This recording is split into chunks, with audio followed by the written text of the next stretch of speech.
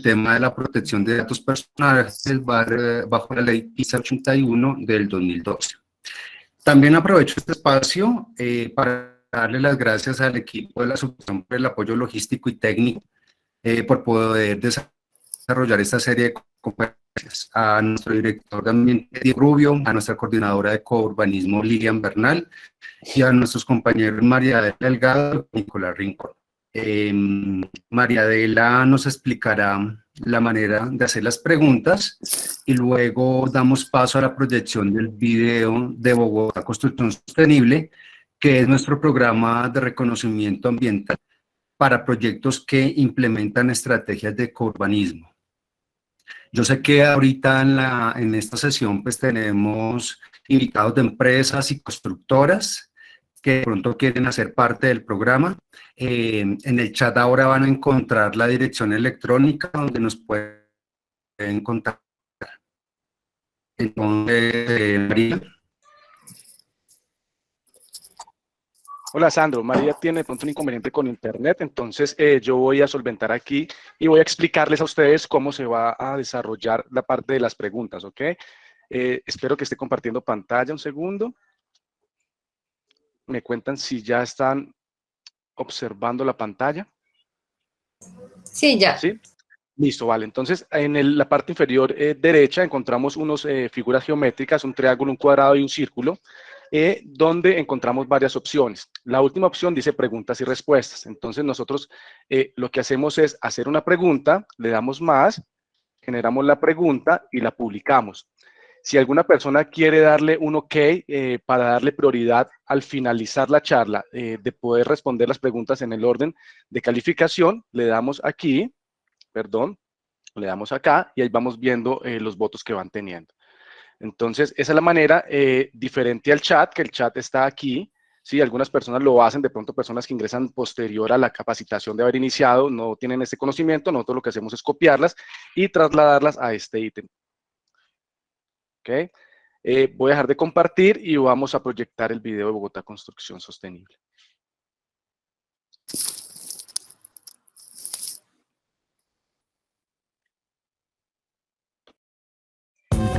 El programa Bogotá Construcción Sostenible reconoce públicamente a las edificaciones que implementan tecnologías limpias y de ecoeficiencia para mitigar los factores de deterioro ambiental y mejorar la calidad de vida de los ciudadanos. Ingresa a ambientebogotá.gov.co, haz clic en la pestaña Programas y Proyectos, luego en Bogotá Construcción Sostenible y sigue las instrucciones. Allí encontrarás el formulario de inscripción y toda la información sobre el programa.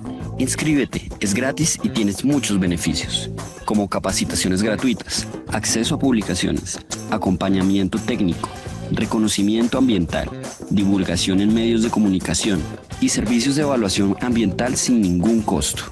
El programa se compone de 3 módulos: capacitaciones, programas de reconocimiento y directorio de la construcción sostenible. No te quedes atrás. Trabajemos juntos por nuestra ciudad con el programa de construcción sostenible. Alcaldía de Bogotá.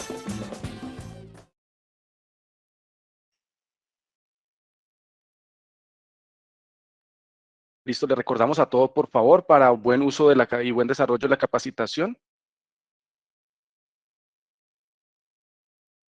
Les recordamos a todos, perdón, mantener los micrófonos en silencio y las cámaras apagadas para que haya una buena fluidez de la comunicación durante la presentación. Muchas gracias. Muchas gracias, Nicolás. Entonces, en este momento, pues les voy a contar un poco sobre nuestro invitado del día de hoy. Es Daniel Ortiz López. Él es ingeniero de procesos, consultor técnico de proyectos en calderas JCT, SAS Colombia. Daniel, bienvenido y pues te cedo la palabra. Cuando quieras podemos arrancar. Muchas gracias. Muchas gracias, Sandro. Muy buenos días para todos. Espero dar una capacitación muy interesante el día de hoy. Como dijo pues, Nicolás y Sandro, pues vamos a dejar esas preguntas para el final y espero que sean muchas para que aprendamos bastante del tema de hoy. Muy bien, voy a presentarles pantalla.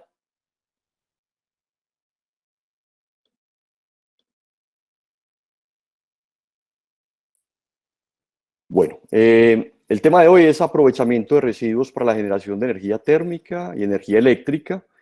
Eso se conoce como cogeneración. Vamos a hablar un poco de nuestra empresa. ¿Quiénes somos? Caldera JCT. Somos una empresa fabricante de calderas y equipos periféricos, equipos ambientales para la combustión. Somos expertos en energía térmica. Tenemos 40 años de experiencia y estamos certificados internacionalmente por unos sellos importantes. Uno de ellos es el ASME, que es el sello o la norma, código de la Sociedad Americana de Ingenieros Mecánicos, que nos cobija a nosotros en América. Y la National Board, que es otro sello importante que hace referencia, digamos que, a la capacitación del personal para prestar un servicio de mantenimiento bajo las mejores técnicas o las mejores buenas prácticas que nos permita que ese equipo conserve el estampe ASME. Entonces, el ASME, que hablé de él, esta entidad puede certificar nuestros equipos. Es una decisión del cliente si lo desea hacer, se estamparían con el sello de ellos, y la National Board entonces nos permite hacer un procedimiento de mantenimiento que avale o que conserve ese sello, ese estampe ASME en los equipos. El ASME es una norma que se enfoca en la seguridad de los equipos, entonces pues eso es para nosotros como el número uno. Digamos que nos enfocamos en eso, en la seguridad. Las calderas, los recipientes a presión son equipos que tienen mucha energía acumulada y deben de ser muy bien fabricados bajo este código que es muy estricto para que pues, no tengamos situaciones inesperadas. Recibimos una mención de honor al servicio al cliente en el año 2015 de Premios Portafolio y tenemos una completa red de servicios a nivel nacional. Tenemos 3 sedes en el país. Medellín es nuestra sede principal. Tenemos sede en Bogotá, que cubrimos pues también los llanos orientales y toda esa norte, esa zona de Santander. Tenemos sede en Barranquilla y esperamos abrir muy pronto, digamos que hacia Cali, hacia el sur del país. Bueno, hablamos un poquitico de los conceptos básicos. Vamos a hablar hoy de la cogeneración, entonces espero nivelarlos a todos para que podamos entonces conversar un poquito de esa cogeneración. Entonces, bueno, ¿qué es una caldera? ¿Qué es una caldera? Es un equipo que aprovecha la energía del combustible para calentar agua, para generar vapor. Las calderas de vapor, pues generan vapor, pero también hay otros tipos de calderas. También hay calderas industriales para calentar agua, también hay calderas para calentar aceite térmico, en fin. Pero hoy vamos a hablar de las calderas que generan vapor, que utilizan el combustible para calentar esa agua y generar vapor. Bueno, ¿y para qué sirve el vapor? El vapor es ampliamente utilizado en la industria. El vapor es una fuente de energía que nos permite calentar procesos al interior de las factorías. Normalmente las calderas están fuera del edificio y ese vapor se genera de forma segura allí y se transporta hacia el interior de la factoría, del proceso productivo, y allí se calientan procesos. También se utiliza para el secado, por ejemplo, la madera se seca de manera segura con vapor, porque calentarlo con fuego, con gas directo en un horno, pues puede encender la madera y quemar pues toda la producción. El vapor no enciende, entonces es muy seguro hacerlo con vapor. Para limpieza y esterilización, los laboratorios, nuestros medicamentos, digamos que esas empresas utilizan el vapor para esterilizar sus reactores, sus tuberías, sus conducciones, incluso sus espacios físicos. En esos cuartos que son de un ambiente controlado, se esterilizan con vapor. También se utilizan para hidratar, para humidificar, por ejemplo, para cocción.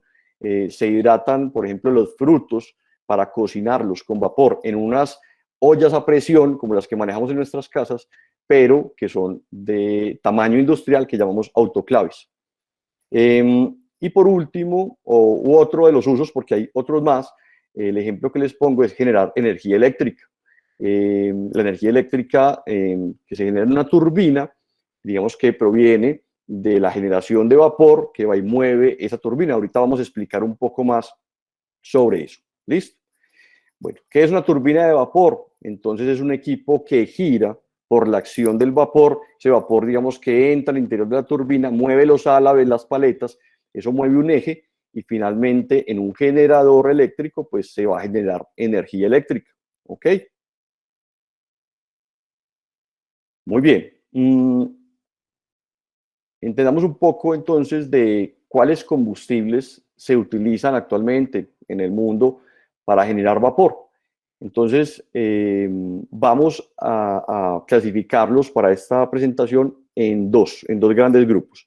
Los hidrocarburos, que son no renovables. Ahí tenemos, por ejemplo, los derivados del petróleo, pues son hidrocarburos, el gas natural, el GLP, el ACPM, la gasolina de nuestros vehículos, los crudos pesados que llamamos o conocemos como full oil. Eso tiene varios niveles, varios grados, hasta el número 6, que es el más pesado, es un crudo, digamos que prácticamente petróleo.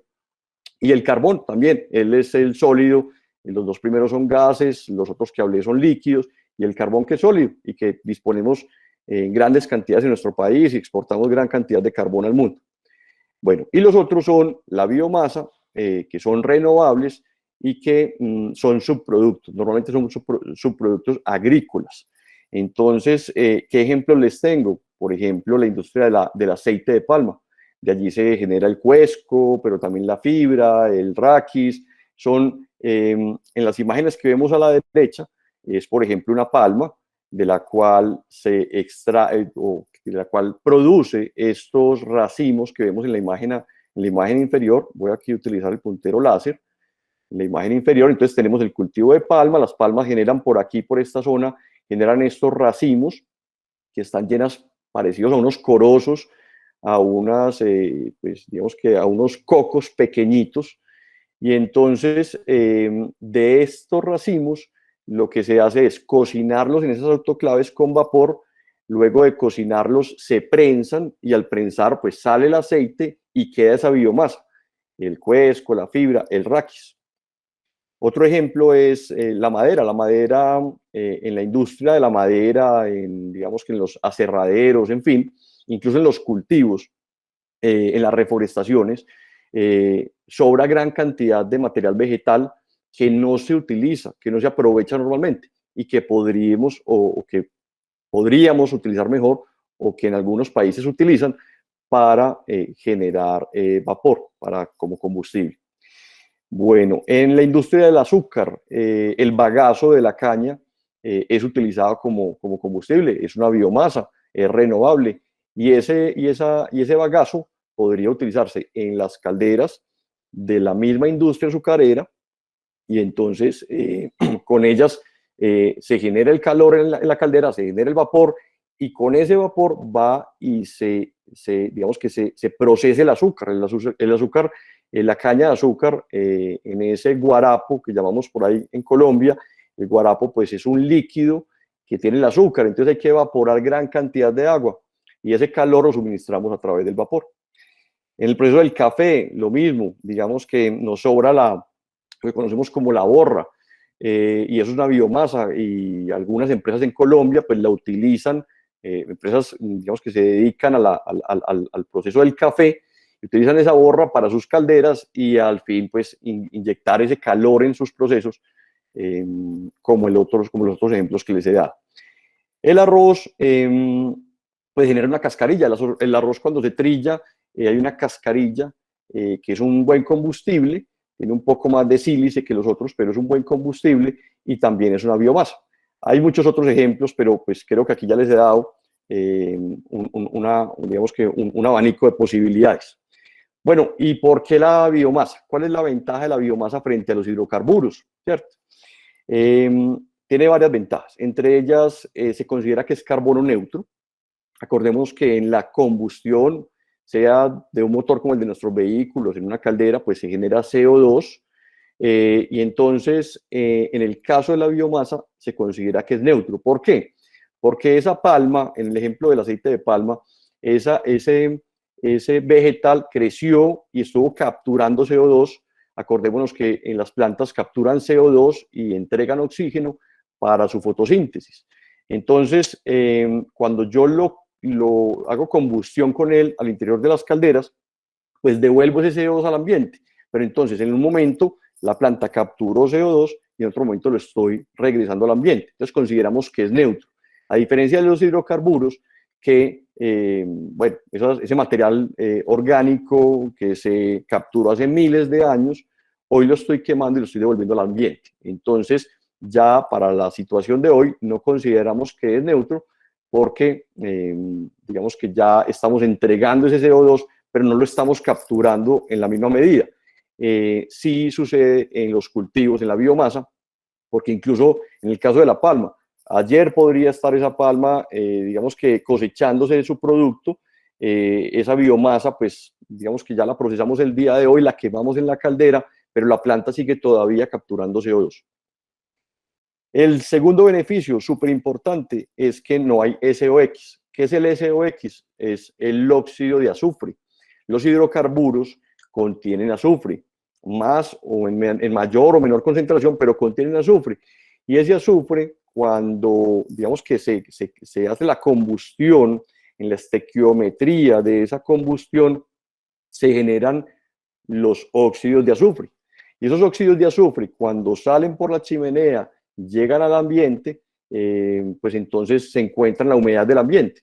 Y esa humedad, esa agua disponible, se reacciona con ese SOX y forma H2SO4, que es ácido sulfúrico. Y de allí conocemos el fenómeno como lluvia ácida, ¿cierto? Ese ácido que está, digamos que flotando en la atmósfera, al llover, pues esa agua atrapa ese ácido sulfúrico, cae pues nuevamente en el suelo y genera pues lo que llamamos lluvia ácida, algunos, digamos, inconvenientes asociados a ese fenómeno.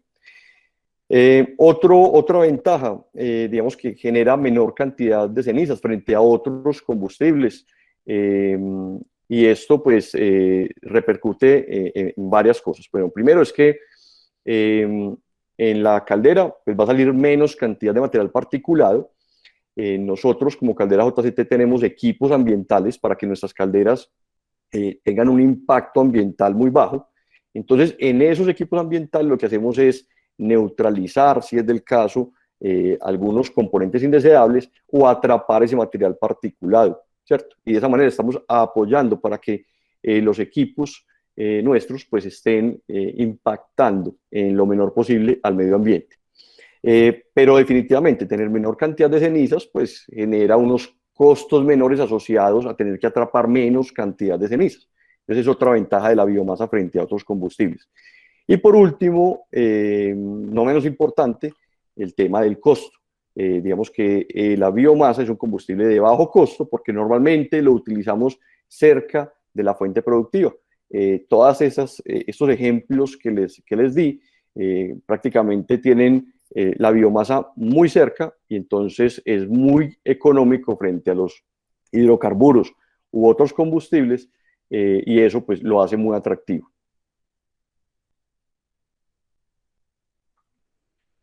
Dos datos más sobre la biomasa que me parecen interesantes, y es que pues, la biomasa fue la energía más importante para la humanidad hasta el inicio de la revolución industrial, cuando digamos que llegaron o descubrimos o aprendimos a procesar los hidrocarburos, que desplazó la biomasa. Hoy en día pues hay otros combustibles adicionales, hay otras formas de generar energía, pero la biomasa es una de las que consideramos renovables, una de las opciones limpias. ¿Okay? Otro dato que les quería compartir es que la biomasa, la energía de la biomasa proviene finalmente del sol. El sol, a través de la fotosíntesis, digamos que hace parte de ese crecimiento de la planta entonces está almacenando energía del sol, y finalmente entonces la tenemos almacenada. Y de esos alimentos, de esos árboles, pues entonces utilizamos alguna parte como alimento nuestro, el tema de los frutos y semillas, qué sé yo, y nos queda una cantidad de biomasa que en la medida en que la aprovechemos mejor, entonces pues logramos un mejor beneficio. Desde allí, cuando digamos que yo proceso esa biomasa y la utilizo, es de donde vamos a hablar, o de donde digamos que hace sentido hacer la cogeneración. Bueno, ¿y qué es la cogeneración? ¿Qué es la cogeneración? ¿Qué es, digamos, de lo que venimos a hablar hoy? Entonces se le conoce a la cogeneración como la producción simultánea o el aprovechamiento simultáneo de producción de energía térmica y energía eléctrica a partir de un solo combustible o del aprovechamiento de un solo combustible. Otra forma de decirlo es, con ese mismo combustible que ingresé a la caldera, pues podría aprovecharlo para generar dos cosas muy importantes en la industria. Cabe mencionar que también existe la trigeneración y la cuatrigeneración, donde se aprovecha ese mismo combustible para generar 3 o 4 beneficios o 4 servicios industriales. Hoy vamos a hablar de la cogeneración, vamos a llegar hasta ahí, pero si tienen alguna inquietud, desean conocer más, pues al final vamos a dejar nuestros datos para que nos consulten, ¿ok? Vamos entonces a ver un video que nos va a reforzar esta información que les he dado hasta el momento.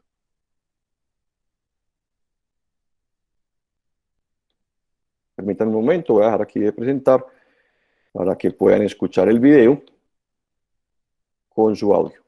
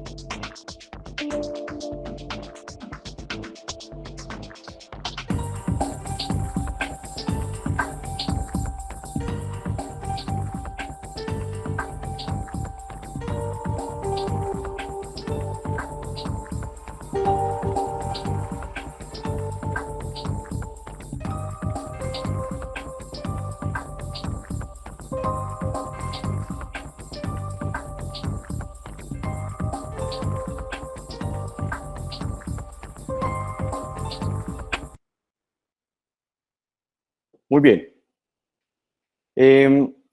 Vemos aquí este cuadro que estoy señalándoles en rojo, o que quedó pues marcado en rojo.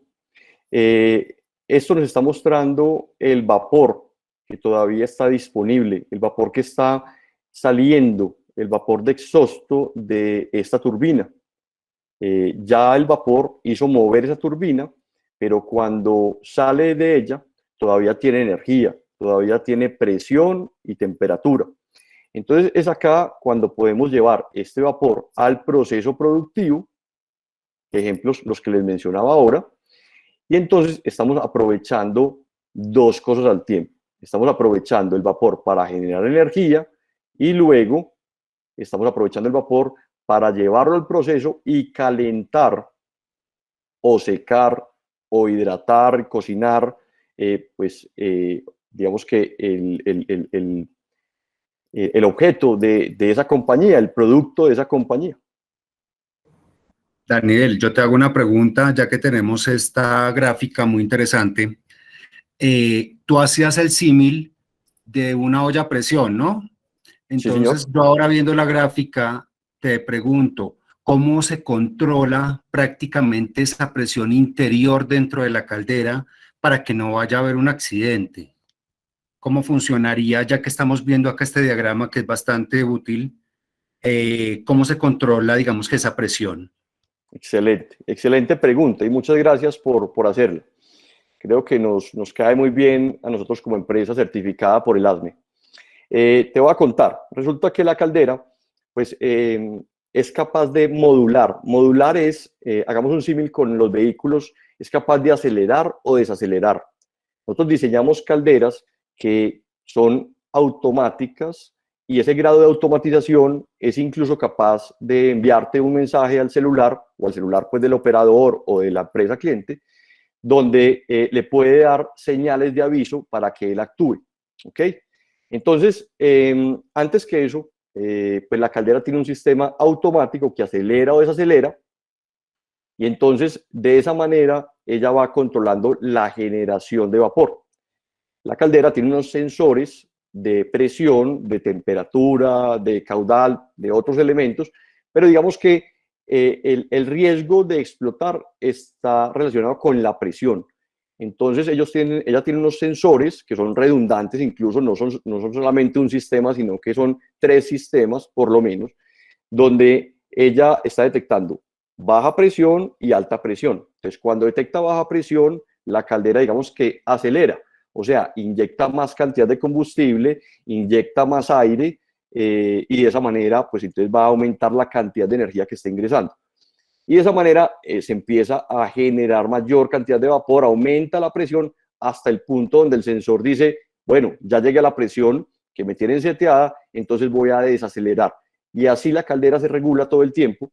Incluso pues nuestro software de control es muy estable, logra mantener esa presión muy bien. Ahora bien, ¿qué pasa si por alguna razón no se hizo un mantenimiento adecuado, el sensor falló porque falló por horas de trabajo? Entonces, se tienen otros sistemas redundantes, ¿ok? Entonces, hay otro sistema de sensores, o sea, otros sensores de otro tipo que me está, digamos, que validando que esa presión no exceda ciertos parámetros. Y por último, el tercero son unas válvulas de seguridad, que el ASME dicta cuál es la capacidad de esas válvulas. Deben haber mínimo 2 válvulas de seguridad.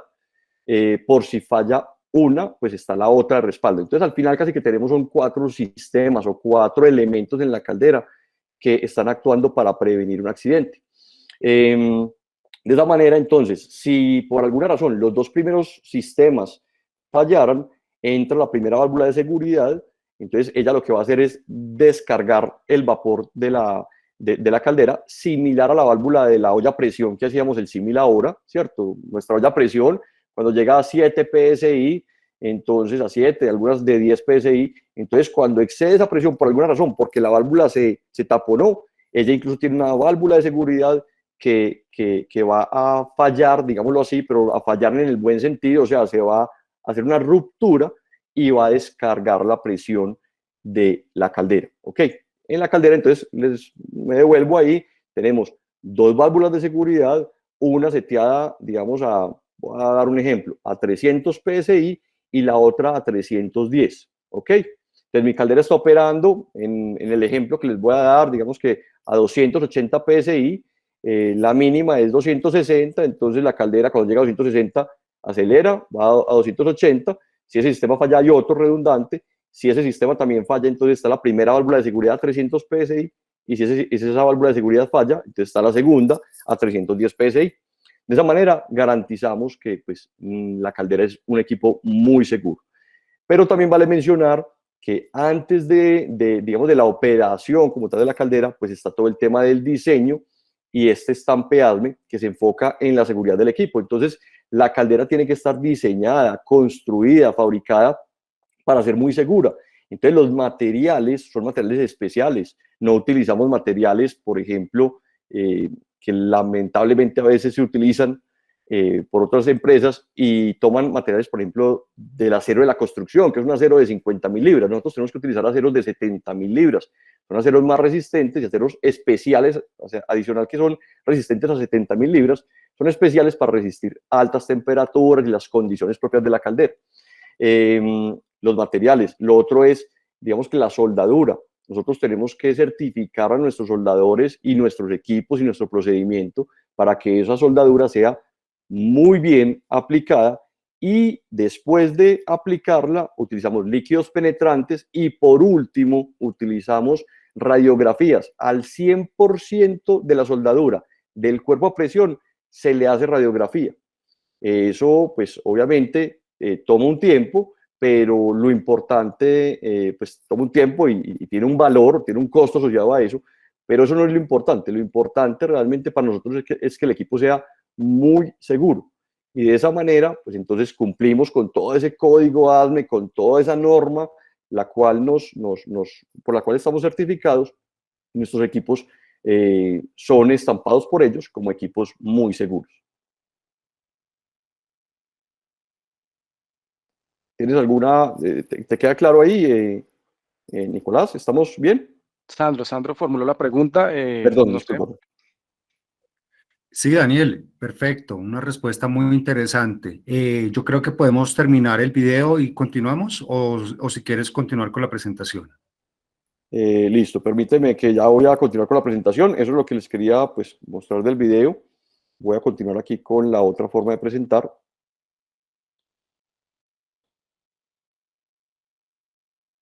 Muy bien, listo. Entonces, al momento ya entendimos qué son las calderas, hablamos un poco del vapor, hablamos de las turbinas, de la cogeneración. Bueno, entonces, bueno, hablemos un poquito de qué pasa con la cogeneración en el mundo. Aquí les estoy compartiendo las 10 plantas de cogeneración a partir de biomasa más grandes del mundo. Revisemos que son potencias muy importantes. Nosotros, por ejemplo, una hidroeléctrica como Guatapé, como el Peñol, no sé si conocen esa represa, hace sentido para ustedes, o una más cerca de ustedes. Bueno, no se me ocurre en este momento una más cerca de ustedes, pero el Guatapé, por ejemplo, es una represa que puede generar una potencia instalada de 480 megavatios. Una termoeléctrica, por ejemplo, por aquí tengo el dato, me voy a Termosipa, que está cerca de ustedes, tiene una potencia instalada de 147. Entonces, fíjense que estas potencias son bien importantes, son plantas bien importantes en el mundo.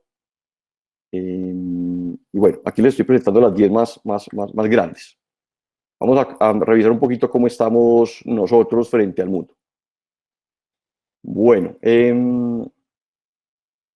vamos a revisar estos gráficos. Sé que están pequeños, pero lo que quiero mostrarles con ellos, más que los datos, que se los puse por aquí a la izquierda, es un poco la tendencia que se puede ver en la gráfica de estos datos. Entonces, arriba tenemos Colombia, la tendencia, digamos, que venía en crecimiento. Esto es el año 2010 al 2020. Digamos que se tuvo un crecimiento, pero ahorita estamos un poco quietos con esta oportunidad. El segundo gráfico es Brasil, digamos que es un país con una capacidad frente al mundo, es el número 1, la capacidad instalada más grande del mundo en generación de energía eléctrica a partir de biomasa. Y pues bueno, digamos que su gráfica tiene un crecimiento permanente, aunque en los últimos años, hacia el 2020, pues ha frenado un poco, pero sigue en crecimiento. Y el mundo, digamos que venía creciendo desde el 2010 muy bien, viene creciendo muy bien. En el 2020 una desaceleración, muy probable que todo esto pues tenga relación con la pandemia y con todo esto que estamos viviendo también a nivel mundial, pero esperamos que esto siga creciendo y que aprovechemos pues esta energía, esta oportunidad que tenemos. Entonces, el dato en Colombia tenemos una capacidad instalada de 316 megavatios. Fíjense que versus una de las plantas que les mostraba ahorita, pues esta es la capacidad instalada en todo Colombia, y es menor a la capacidad instalada de una sola planta, de las que les mostraba pues hace un momento. En Brasil tiene 15.214 megavatios, o sea, es una capacidad energía bien grande. Les voy a dar el dato en Colombia. En Colombia actualmente estamos con una capacidad de generación de todas las fuentes que está por allá como en 17.000, un poco más, llegando a 18.000. Esperemos que Hidroituango pues entre y nos aumente esa capacidad. Pero fíjense que Brasil solamente en biomasa tiene pues casi la capacidad completa de abastecer a Colombia en energía eléctrica con biomasa. Y el mundo, pues digamos que sí, una cifra obviamente mucho más grande, de 87.000, pero muestra un poquito pues que Brasil como líder pues tiene una participación bien importante, bien importante. Bueno, ¿y cuál es la oportunidad que tenemos para Colombia? La oportunidad que tenemos para Colombia. Vamos a tomar el caso de la palma de aceite. Digamos que JCT los atendemos con mucha frecuencia, son clientes permanentes nuestros, es una industria, es un segmento importante para nosotros. Y entonces, bueno, en Colombia se generarán este año casi 3 millones de toneladas de biomasa. 3 millones de toneladas de biomasa. Eso es mucho, pero uno, bueno, es que 3 millones, yo no sé, lo comparo contra qué. Pues miremos este dato, serían 147.000 tractocamiones moviendo biomasa, 147.000 tractocamiones o 147.000 pues movimientos de tractocamión. Eso es una cifra importante. Tenemos de solo esta industria, tenemos una gran cantidad de biomasa. Con esta biomasa se podrían generar en un año 428 gigavatios de energía hora año. Para darles una relación, Termosipa, que es una generadora que les hablaba ahorita, importante, muy cerca de ustedes, ahí por Tocancipá o cerca de Tocancipá o en esa zona pues como del norte, genera 147 gigavatios hora año.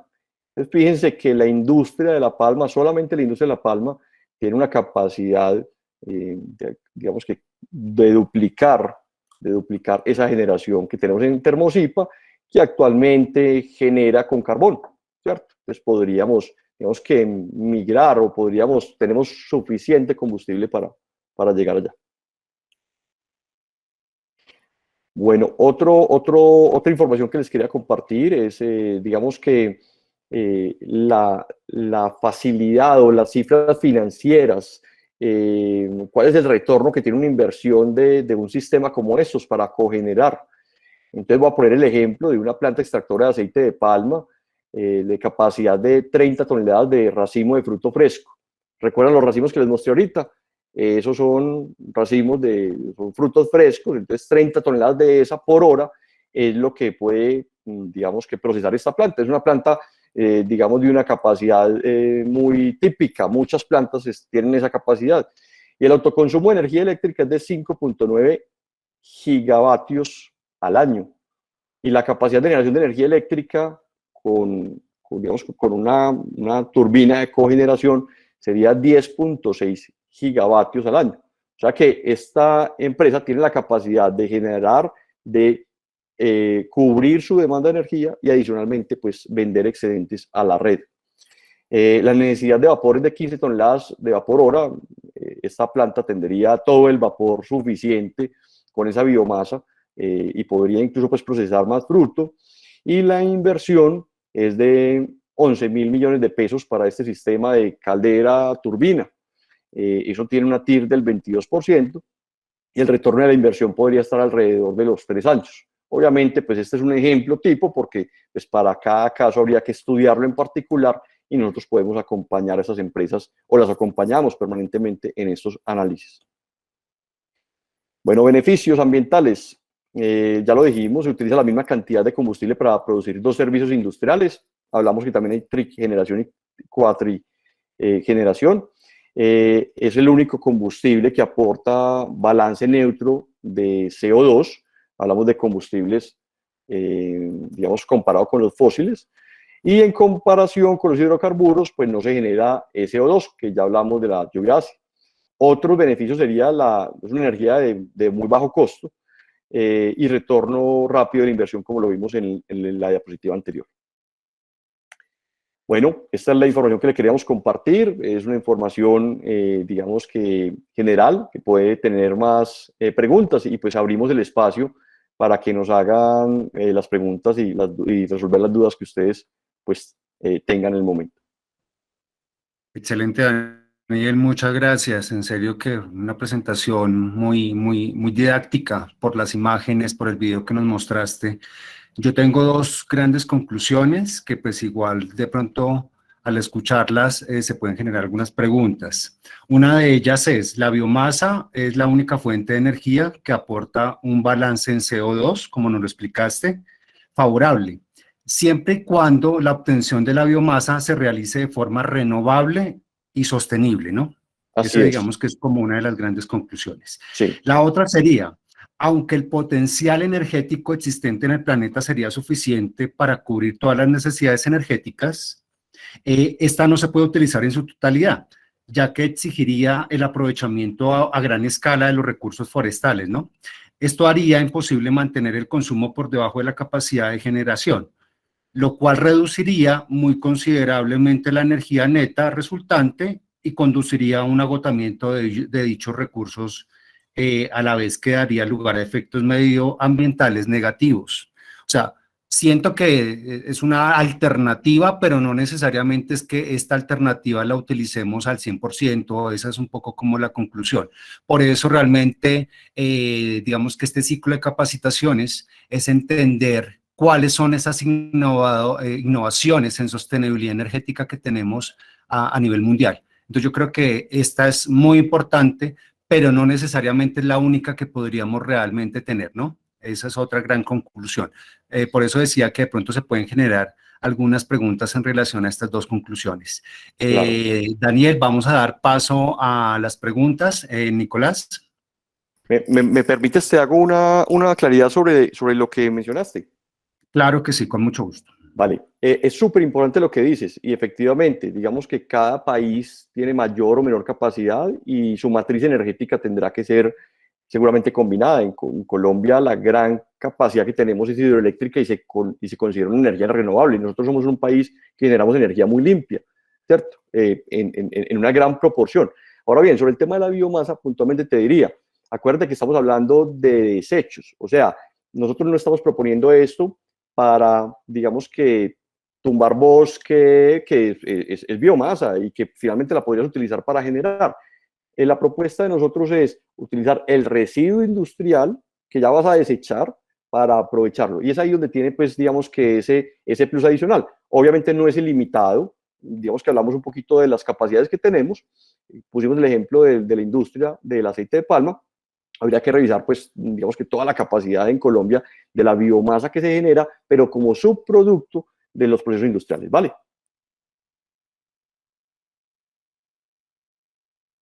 Muchas gracias, Daniel. Entonces, le damos paso a las preguntas, Nicolás.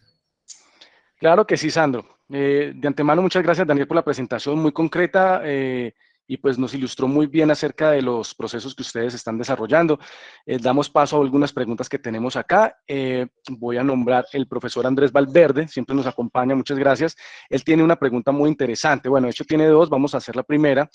La incineración genera contaminación atmosférica. En la actualidad se dispone de tecnologías como la gasificación, pirólisis y arco de plasma. ¿Cuál de estas tres recomiendan para la valorización energética de los RSU?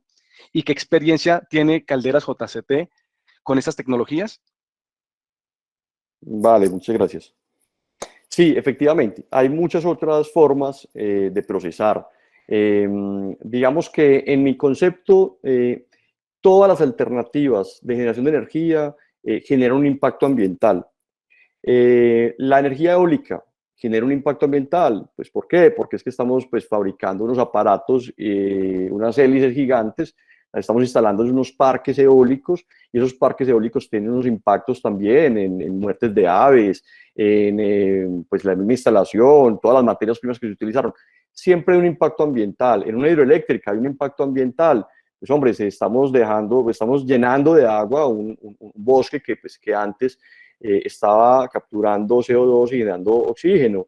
En la fotovoltaica, lo mismo, tenemos unas minas de sílice y una gran cantidad de minerales que se están consumiendo para procesar paneles solares, y adicionalmente esos paneles solares se ponen en unos grandes campos y debajo pues no hay vegetación.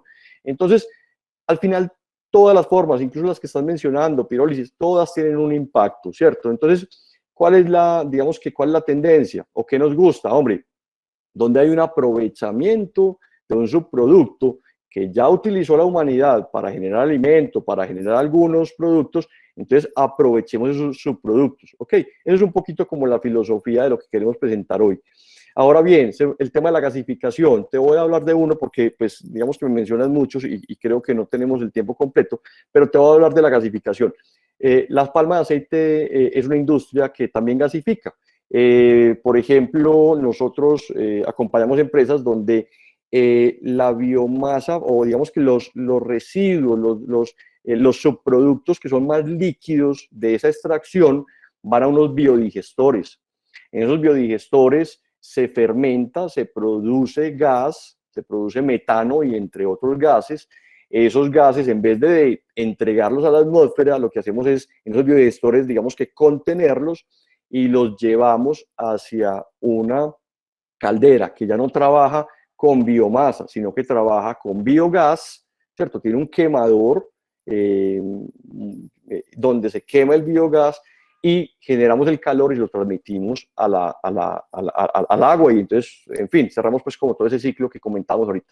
Entonces, ese es un poquito pues como la conclusión, o sea, todas las energías o todas las formas que conocemos hoy de generar energías tienen un impacto ambiental. Ahora bien, pues nos gustan las que menos impacto ambiental generan, y ahí entonces estamos hablando de la biomasa o de la gasificación que Andrés nos comenta, ¿vale? Listo, muchas gracias. De pronto me voy a saltar a Daniela, voy a continuar con una pregunta complementaria del profesor Andrés Valverde y que tiene relación con el tema que estás tocando en estos momentos. El cultivo de palma para extracción de aceite es muy polémico porque su posible expansión atenta contra la biodiversidad de los bosques nativos. ¿Qué tan real es esta afirmación, Daniel? Sí, yo te diría, mira, es lo mismo que estamos conversando. A ver, hay muchas polémicas sobre la ganadería, sobre los cultivos. El tema es que somos muchos seres humanos, y los seres humanos en el mundo en que vivimos consumimos una gran cantidad de recursos, ¿cierto? Y esa gran cantidad de recursos la tenemos que, o hoy, pues la producimos, ¿cierto? Y en la medida en que más tengamos hijos y más crezca la población, pues más recursos vamos a consumir. Nosotros hoy en los hoteles, por ejemplo, que ustedes son arquitectos y estamos hablando de la Cámara de la Construcción, o del sector, perdón, de la construcción, pues entonces los hoteles tenemos que instalar calderas, porque entonces la gente le gusta bañarse con agua caliente y porque nos gusta lavar las sábanas y que lleguemos a un hotel y las sábanas estén limpias. Entonces, definitivamente eso requiere recursos. ¿Cuál es la filosofía que estamos proponiendo? Hombre, ya una vez tengamos el cultivo, aprovechemos ese cultivo lo mayor posible. Digamos que el tema siempre va a haber digamos que un poco de discusión, pero finalmente pues la humanidad requiere esos recursos y hoy en día los utilizamos. La pregunta es, hombre, pues, ¿qué es mejor, cierto? Tener el cultivo de palma, generar aceite para que podamos fritar las empanadas que nos gustan, ¿cierto? O, pues, aprovechamos esos subproductos para el mismo proceso y entonces tenemos un menor impacto ambiental. Ese es como el enfoque, ¿cierto? A nivel mundial se acepta que todas las tecnologías para generar energía tienen un impacto, entonces lo que se está haciendo es cómo direccionamos, cómo fomentamos esas que generan un menor impacto, que aprovechan sus productos para que seamos más eficientes en la producción global y entonces pues tengamos un mejor resultado, ¿vale? Perfecto, Daniel. Doy paso a la pregunta de Daniela Alejandra Mozo. Dice, frente a los hidrocarburos, ¿qué efectividad o rendimiento tiene la biomasa con respecto a la cantidad de energía generada? ¿Tienes de pronto algún porcentaje que nos puedas indicar? Sí, vale. Mira, los hidrocarburos tienen, digamos que un poco más de poder calorífico. Vamos a comparar, por ejemplo, el biogás. El biogás, mira que estamos aprovechando un subproducto, entonces el biogás tiene un poco menos de poder calorífico. Entonces, digamos que requerimos un poco más de gas para generar la misma cantidad de vapor, ¿sí? Pero ese gas o lo descargamos a la atmósfera o lo aprovechamos, ¿cierto? Versus el gas natural, que utilizamos, un poco más de poder calorífico, tiene un poco más de metano, la concentración es más alta en metano, que es digamos que es el gas que realmente utilizamos ahí en esa combustión, el principal.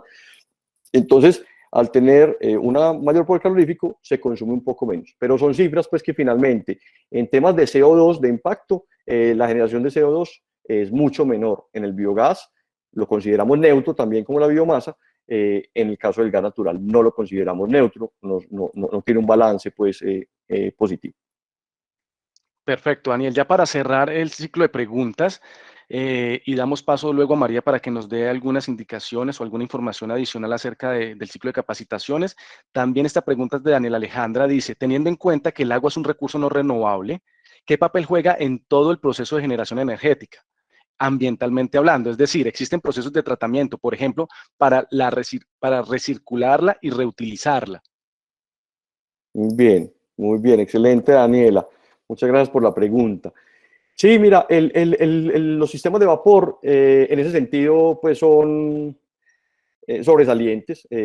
Toda el agua que digamos que yo ingresé a la caldera la generé en vapor, la utilicé en la turbina, esa agua va luego al proceso en forma de vapor, está todavía en estado de vapor, luego la condenso y completica la vuelvo a utilizar en la caldera. De hecho, es un agua que ya está en la mejor condición para estar en la caldera, porque ya no tiene minerales, está en la mejor, digamos que forma para estar en la caldera. Entonces, sí, no, digamos que ambientalmente las calderas tienen muchos beneficios. Si los comparamos con otras industrias, ¿cierto? Si nuestra industria o nuestra matriz energética fuera a partir de combustibles fósiles y generáramos vapor con energía eléctrica, pues la contaminación sería mucho mayor. Entonces, bueno, ese es un poquito lo que estamos buscando, cómo generamos esa energía, pero a partir entonces de aprovechar sus productos y generar un menor impacto ambiental. En el tema del agua, quédate tranquila que esa, digamos que la aprovechamos muy bien en la industria y la reutilizamos. En el tema del vapor. Perfecto, Daniel. Bueno, me acaban de hacer, creo que tenemos tiempo, creo que hay otra, bueno, no sé si es una pregunta, bueno, no es una pregunta. No es una pregunta, es un comentario que hacen en el chat. Daniel, voy a darle paso a María entonces para que ella nos dé alguna información adicional, sin antes agradecerle. Sandro nos va a hacer el cierre, entonces, pues muchas gracias nuevamente. María, por favor. Muchas gracias, Nicolás. Y quisiera recordarles que las personas que participen durante las 3 capacitaciones de este ciclo recibirán un certificado por su asistencia. La primera capacitación del ciclo se realizó el día 8 de julio con el tema de energía geotérmica de baja temperatura como solución sostenible de climatización. Y el próximo jueves 22 tendremos la participación de Darío Mayorga, director de la Corporación para la Energía y el Medio Ambiente, Corpoema, con el tema edificaciones sostenibles en ciudades energéticas. Los esperamos el próximo jueves entonces.